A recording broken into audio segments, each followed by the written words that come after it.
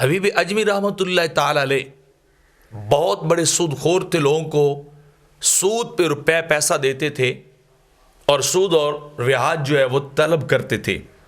تو ایک بار بازار سے گزر رہے تھے حبیب اجمی، تو چھوٹے چھوٹے بچے بازار کے اندر کھیل رہے تھے۔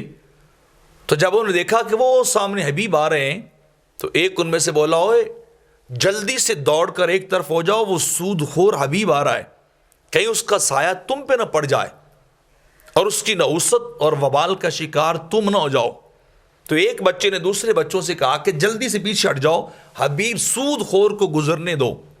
تو یہ آواز حبیب کے کانوں تک پہنچی کہ بچے چھوٹے چھوٹے مجھے سود خور کہتے ہیں اور میرے سائے سے پناہ طلب کر رہے ہیں۔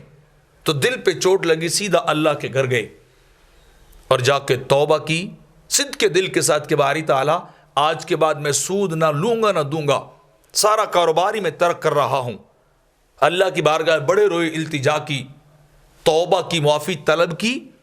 اور وہی حبیب جو چند لمحوں کے بعد مسجد سے نکل کر آئے تو چوک اور بازار میں وہ بچے کھیل رہے تھے، تو ایک بولا، ارے چلو وہ دیکھو حبیب اللہ کا دوست آ رہا ہے، چلو اس کی دست بوسی کرتے ہیں، اس کا ہاتھ چومتے، ہو سکتا ہے اس کی برکات اللہ ہمیں بھی عطا کر دے۔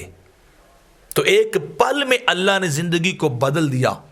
التائب من الذنب کمن لا ذنب لہ، میرے آقا فرماتے ہیں کہ جو شخص گناہ سے توبہ کر لے گویا وہ ایسے ہو جاتا ہے اس کا کہ گناہ ہے ہی نہیں، صرف اس کے ہاں گناہ اور جرم نہیں رہا۔ تو اللہ نے ایک لمحے میں جب انہوں نے صدق کے دل سے توبہ کی تو اللہ نے زندگی بدل دی، کیفیات اور حالات بدلے اور خلقت کی سوچ بھی اللہ نے فوری بدل دی۔ وہ بچے جو کہہ رہے تھے کہ اس کے سائے سے بچو، دوڑ دوڑ کے جا رہے تھے کہ چلو حبیب کی دست بوسی کرتے ہیں۔